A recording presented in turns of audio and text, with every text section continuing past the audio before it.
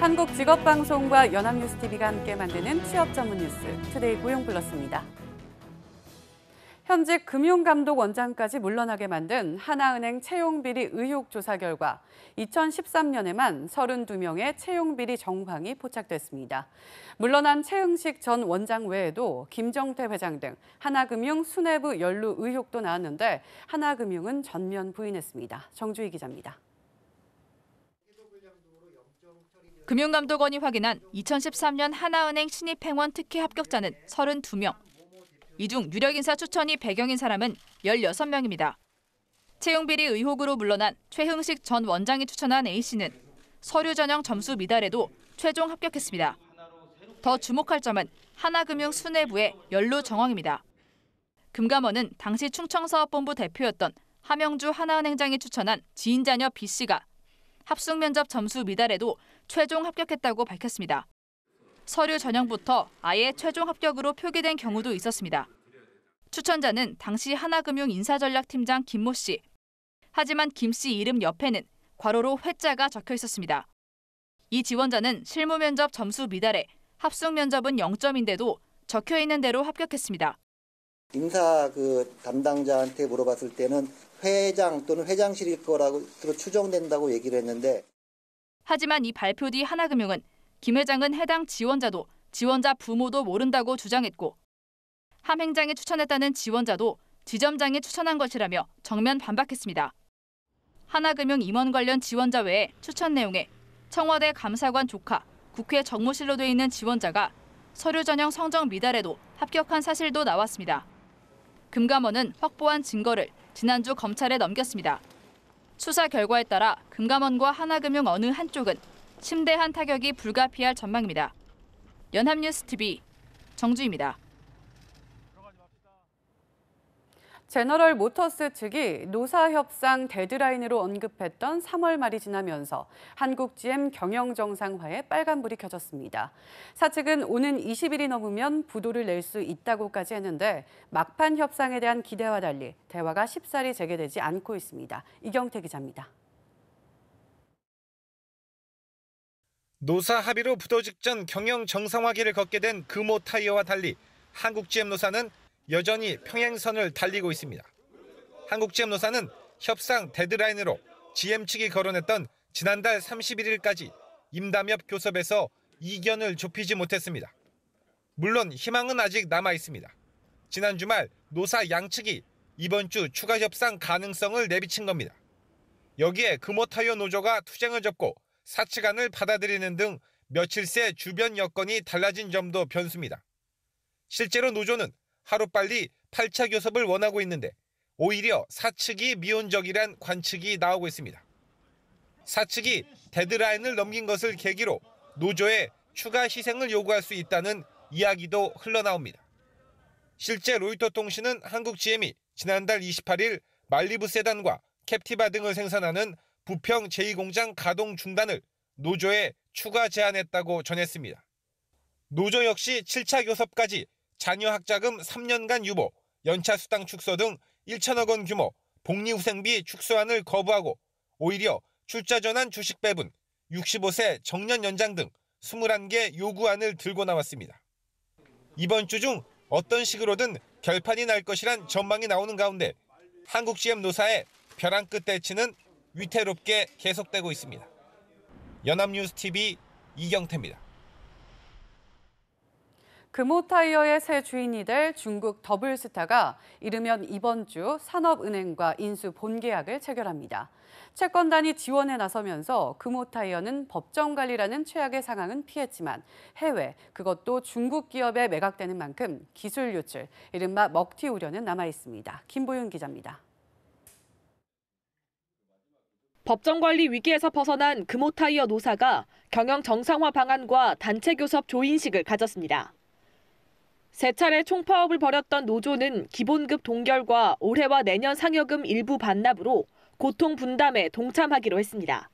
모든 것을 다 잊고 노사가 힘을 합쳐서 빨리 회사를 회복시키는데 정상화시키는데 두 손을 맞잡고 함께 하기로. 이르면 이번 주로 예상되는 산업은행과의 본계약 체결이 끝나면 더블스타는 유상증자에 착수해 지분을 45%까지 늘릴 계획입니다. 산은등 채권단도 만기 어음과 회사채 상환 등 급한 불을 끌 2천억 원을 지원합니다. 하지만 노조나 지역의 우려가 완전히 불식된 것은 아닙니다. 중국 기업에 매각되는 만큼 쌍용자동차와 같은 이른바 먹튀 가능성이 남아있기 때문입니다. 더블스타는 인수 조건으로 3년 고용 보장, 5년간 대주주 지위 유지를 내걸었는데 달리 보면 3년 뒤 정리해고나 5년 후 철수 가능성도 있다는 이야기가 됩니다. 지난해 매각 과정에서 걸림돌이었던 상표권 문제도 복병이 될 수 있습니다. 산은은 금호아시아나그룹과 상표권 관련 구두 합의를 마쳤다고 했지만 구체적 조건까지는 확정짓지 못했습니다. 산은은 늦어도 상반기 내 매각 절차가 마무리될 것으로 예상하고 있습니다. 다만 업계에서는 14년 전 쌍용차의 전철을 밟지 않으려면 좀 더 꼼꼼한 견제 장치가 필요하다는 지적이 나옵니다. 연합뉴스 TV 김보윤입니다. 더불어민주당과 정부는 국회에서 협의회를 열고 청년 일자리 주경과 관련해 다양한 보완 방법을 논의했습니다. 민주당 김태년 정책위의장은 추가 국채 발행 없이 작년 잉여금 등을 활용해 추경안을 편성하기로 했다며 추경안의 국회 제출 논의에 대해서도 속도를 낼 것이라고 말했습니다. 당정은 특히 청년 고용 중소기업 지원 대상을 신규 채용자에서 재직자에게도 확대 적용하고 중소기업 취업 청년을 대상으로 청년 전용 매입 임대와 전세 자금을 추가 지원하는 방안도 마련했습니다. 문재인 대통령은 이용섭 전 부위원장의 사퇴로 공석인 일자리위원회 부위원장에 이목희 전 의원을 임명했습니다. 이 신임 부위원장은 재선 국회의원 출신으로 한국노동연구원 소장을 역임하는 등 노동 분야 전문가로 알려져 있습니다. 김의겸 청와대 대변인은 노동운동을 오래 했으면서도 실용적 관점에서 정책을 추진해왔다고 평가했습니다. 6월 보궐선거 출마를 위해 사임한 맹성규 전 국토교통부 2차관 후임에는 김정열 국토교통부 교통물류실장을 임명했습니다. 황금알을 낳는 거위로 불렸던 면세점 실적이 중국의 고고도 미사일 방어 체계 사드 배치에 따른 보복 등으로 크게 악화했습니다. 면세점 업계에 따르면 업계 1위 롯데면세점은 지난해 매출이 5조 4천억 원가량으로 전년보다 10억 원 줄었고 영업이익은 25억 원으로 전년 대비 99% 넘게 감소하며 역대 최저치를 기록했습니다. 신라 면세점의 지난해 영업이익도 583억 원으로 26% 감소했고 신규 면세점 중에선 신세계와 HDC 신라 면세점을 제외한 대부분의 업체들이 적자였습니다. 지난해 기초연금 수급자는 모두 487만 명으로 집계됐습니다. 신규 가입자는 53만 명으로 역대 최대였는데요. 하지만 자격을 갖춘 노인 가운데 실제 연금을 받는 사람 비율은 66%를 조금 넘는 수준으로 목표치인 70%에는 못 미쳤습니다. 이준훈 기자입니다. 지난해 53만 명이 국민연금 기초연금에 새로 가입했습니다. 전년보다 40%나 증가한 것으로 2014년 기초연금 도입 이후 신규 가입자가 가장 많았습니다. 기초연금을 받으려면 본인이 직접 신청해야 하는데 거동이 힘든 노인을 찾아가고 신청 안내 서비스를 확대한 게 영향을 줬다고 국민연금공단은 설명했습니다. 하지만 수급 요건을 갖춘 노인 가운데 실제 수급자 비율은 66.3%로 소득 하위 70% 노인 전원에게 지급한다는 정부 목표치에는 4년 연속 못 미쳤습니다. 몰라서 혹은 재산 노출을 하지 않기 위해 기초연금을 신청하지 않거나 주소지가 불분명한 경우가 많기 때문입니다. 고령화 추세로 기초연금을 받는 노인 인구 수는 해마다 늘어나고 있는 만큼 이런 사각지대를 해소해야 한다는 지적이 나오고 있습니다. 정부는 우선 수급자를 더 끌어들이기 위해 선정 기준은 낮추고 지급액은 늘린다는 방침입니다. 올해 1월부터 단독 가구는 월 소득 131만 원, 부부 가구는 209만 원 이하이면 기초연금을 받을 수 있습니다. 반면 연금 지급액은 오릅니다. 이달 25일부터는 작년 물가 상승률을 반영해 기존보다 4천 원 정도 인상됩니다. 정부는 또 오는 9월에는 대통령 공약에 따라 현재 20만 원 수준인 기초연금액을 25만 원까지 올릴 예정입니다. 연합뉴스 TV 이준음입니다. 교육부가 정시 모집 확대를 주문하면서 대학은 물론 고교생과 학부모 등 일선 교육 현장은 혼란스럽다는 반응입니다. 갑작스런 통보에 종전 발표한 정책 방향과도 맞지 않는 점이 있기 때문인데요. 일방통행식 교육 행정이 또다시 도마 위에 올랐습니다. 박수주 기자입니다. 교육부로부터 정시 확대를 권고받은 서울의 주요 사립대학들은 당혹스런 기색이 역력합니다. 2020학년도 입학 전형 계획안 제출을 코앞에 두고 지난 10년간 유지된 수시 확대 기조에 교육부가 갑작스레 제동을 걸었기 때문입니다. 수험생들을 생각해서라도 좀 완충하는 시간과 이런 것들이 필요하다고 생각하니 그래서 조금 부담스러워요. 의견 수렴이나 사전 조율은 없었습니다. 당사자인 고교 2학년은 물론 그 다음 적용 대상인 고1과 학부모들도 혼란스러울 수밖에 없습니다. 교육부가 일방통행식 정책으로 혼란을 빚은 건 처음이 아닙니다. 지난해에는 수능을 전 과목 절대평가로 전환한다고 했다가 여러 우려가 제기되자 발표를 1년 미뤘습니다. 절대평가가 되면 변별력이 떨어져 대신 수시가 더 확대될 것으로 예측됐는데 정시 확대 방침은 정반대 내용이어서 정책 방향에 의문도 제기됩니다. 절대평가제로 간다라고 하면은 정시는 주요 대학은 못 뽑는 지경이거든요. 추구하려고 하는 방향의 일관성이 지금 흐트러진 거예요. 자사고, 외고 폐지도 우선 선발권만 삭제한 채 국가교육회의로 결론을 미뤘고 유치원 방과 후 영어 수업 금지도 발표 뒤 논란이 일자 전면 보류했습니다. 거듭된 혼란에 교육부는 이달부터 정책 숙려제를 도입하기로 했지만 파급이 큰 대입 정책은 빠진 데다 일방적인 추진 방식은 여전해 혼돈을 자초하고 있다는 비판이 나옵니다. 연합뉴스 TV 박수주입니다. 대형마트에 가시면 할인 행사라며 삼겹살 100g에 990원 가격표 달려있는 것 가끔 보실 겁니다. 쇠고기에 비하면 싸면서 맛 좋고 최근엔 값도 내려서 그야말로 국민 메뉴인데요. 하지만 A형 돼지 구제역이 국내에 처음으로 발병하면서 이 돼지고기 값마저 들썩이고 있습니다. 서영석 기자입니다. 돼지고기는 비싼 쇠고기에 비해 부담이 덜한 대표적 국민 먹거리입니다. 특히 올해는 사육 마리수가 늘어 국내산 삼겹살의 경우 100g당 평균 1,760원으로 작년보다 8% 가까이 내렸습니다. 목살도 6%, 갈비와 앞다리살도 3% 가까이 가격이 떨어졌습니다. 당초 전망은 가격 하락세가 하반기까지 이어진다는 것이었지만 변수가 생겼습니다. 바로 이번에 발생한 A형 돼지 구제역입니다. 축산유통종합정보센터에 따르면 도매시장 기준 킬로그램당 돼지고기 대표 가격은 지난달 30일 5,095원이었습니다.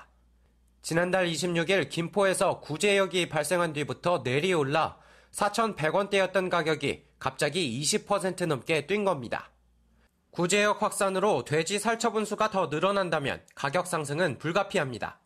수급은 좀 영향이 없는 걸로 지금 알고 있어요. 할 수 있는 조치는 이제 다 하고 있고 백신 접종 우선 경기, 충남, 강원도까지 했고 이제 오늘부터 또 충북 들어가요. 구제역 백신 접종 후 항체 형성까지는 최대 2주일. 돼지고기값 안정은 정부의 구제역 차단 방역이 얼마나 성공적일지에 달려 있습니다. 연합뉴스 TV 서영석입니다.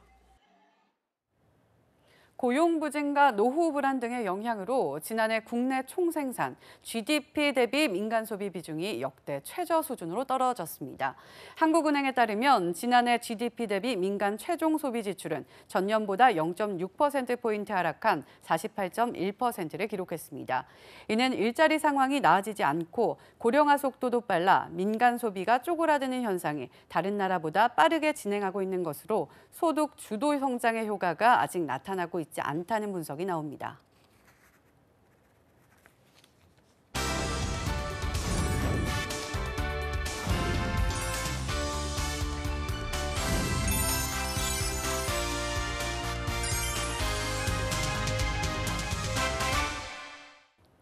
대한민국 50만 구직자의 일자리 현황을 데이터로 풀어봅니다. 투데이 데이터 뉴스 시간 안채호 아나운서 안녕하세요. 안녕하세요. 데이터 뉴스 시간입니다. 박하연 아나운서는 외국에 나가서 생활하는 걸 꿈꿔본 적이 있나요? 글쎄요. 생각해 본 적은 있지만 문화도 언어도 다른 곳에서 산다는 건 결코 쉽지 않은 일이잖아요. 게다가 고용 플러스가 있는데 제가 어딜 가겠습니까? 네, 역시 고용 플러스의 안방마님답습니다. 그렇다면 해외 이주에 대한 우리나라 청년들의 생각은 과연 어떨까요? 오늘 데이터 뉴스에서 알아보겠습니다. 네, 이른바 헬조선이라는 신조어가 유행할 정도로 한국 사회에 해이를 느끼는 청년들이 참 많잖아요. 꽤 많은 청년들이 해외에서의 삶을 꿈꿔봤을 것 같다는 생각이 드는데요. 네, 그렇습니다. 한국청소년정책연구원이 전국의 만 15세에서 39세 청년 2,714명을 대상으로 진행한 2017 청년사회 경제실태 조사를 보면요. 해외 이주를 고려해 본 적이 있다고 답한 이들이 전체의 36%를 차지했다고 합니다. 네, 10명 중 3명이 해외에서 생활하는 걸 고려해 봤다는 거네요. 역시 상당히 많은 편인데 구체적으로 어떤 이유 때문에 해외 이주를 생각했던 건가요? 네, 저도 궁금해서 그 이유를 살펴봤었는데요. 1위는 34.4%가 응답한 행복한 삶을 위해서였다고 합니다. 2위는 18.7%가 응답한 새로운 사회에 도전해보고 싶어서였는데요. 또 더 나은 교육 환경을 위해서에는 13.4%가, 자기 개발을 위해서에는 11.2%가 응답해 각각 3, 4위를 차지했고요. 아이를 낳고 키우기가 힘들어서에는 7.9%가 응답해서 5위에 올랐습니다. 청년들의 주요 관심사인 해외 취업이 2위인 경우는 예상보다 적었는데요. 5.5%에 그쳐 6위에 올랐습니다. 그렇군요. 그런데 행복한 삶을 살고 싶어서 해외로의 이주를 생각해봤다고 응답한 비율이 가장 많았다는 사실이 참 안타깝네요. 그런데 어떻게 해야 행복한 삶을 산다고 생각한 건가요? 네, 이 해외 이주를 고려해본 청년 응답자들에게 행복한 삶을 위해 중요한 조건을 물었더니 재산 또 경제력이 30.1%가 응답해서 가장 경제적인 조건을 중요하게 생각하는 것으로 조사됐습니다. 다음으로 꼽은 행복한 삶의 조건은 25.3%가 응답한 화목한 가정이었고 건강은 11.5%가 응답해서 3위를 차지했습니다. 그렇군요. 극심한 취업난이나 집값, 조기 퇴직자들과 같은 경제적 불안 요소가 한데 모여 청년들에게 해외 이주를 고려하게 만들었다는 생각이 드네요. 네, 그렇습니다. 실제로 이들을 대상으로 행복한 삶을 위한 요건을 지금 충분히 갖추었는지에 대한 질문에 대해 부정적인 응답이 22.3%였는데요. 연령별로 살펴보니 행복의 요건을 못 갖췄다는 응답은 사회초년생이나 대학생, 또 취업준비생이 주를 이루는 20대가 29.8%로 압도적으로 높았습니다. 같은 응답에 대해 30대는 16.2%, 10대는 15.3%만이 그렇다고 응답해서 현실에 대해 부정적으로 생각하는 비율이 20대가 2배 가까이 더 많은 것으로 나타났습니다. 네, 20대의 응답률이 가장 높았던 이유도 경제적인 벽에 부딪혔기 때문이라는 생각이 듭니다. 값비싼 등록금과 취업과 같이 스스로 해결할 수 없는 경제 문제가 20대에게는 가장 큰 고민이잖아요. 네, 그렇습니다. 경제적인 이유가 해외 이주에 영향을 미친 것은 부모의 소득에 따른 응답에서도 나타났는데요.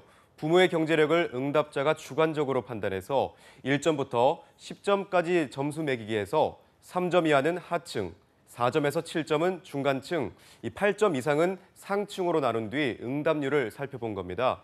해외 이주를 고려해본 사람의 비율은 하층이 49.4%로 제일 높았고 상층은 44.2%, 중간층은 32.7% 순이었다고 합니다. 부모의 경제력이 낮은 경우 절반에 달하는 응답자가 해외 이주를 고려했다는 거네요. 부모의 경제력마저 응답에 영향을 끼쳤다는 사실에 마음이 참 아픕니다. 네, 그렇습니다. 게다가 외국에서 살고 싶은 이유도 부모의 경제력에 따라 달랐는데요. 해외 이주를 고려한 이유를 살펴보니 세 그룹에서 모두 1위는 행복한 삶을 위해서가 차지했지만 2위는 조금씩 차이가 있었던 겁니다. 하층은 아이를 낳고 키우기가 힘들어서라는 이유에 16.5%가 응답해서 두 번째로 많이 응답한 반면 중간층과 상층은 새로운 사회에 도전해보고 싶어서가 각각 19.5%, 24.5%로 두 번째로 많이 선택한 겁니다. 그렇군요. 도전이 아니라 실제적인 삶이 힘들어서 해외 이주를 선택했다니 현재 한국 사회에서 청년들이 어떤 상황에 처해 있는지 보다 잘 알게 된 것 같습니다. 행복한 삶의 가장 큰 조건이 화목한 가정이나 자기 만족이 아닌 경제적 수준이라는 점도 또 이를 위해 해외 이주를 고려했다는 점도 참 안타까운데요. 부디 청년들을 위한 정책과 지원이 많아져서 한국 사회에서도 모든 청년들이 행복한 삶을 누릴 수 있게 되길 희망하겠습니다. 지금까지 데이터 뉴스 시간 안채원 아나운서였습니다. 고맙습니다. 고맙습니다. 지금까지 투데이 고용플러스였습니다. 오늘 저희가 준비한 내용은 여기까지입니다. 함께해 주신 여러분 고맙습니다.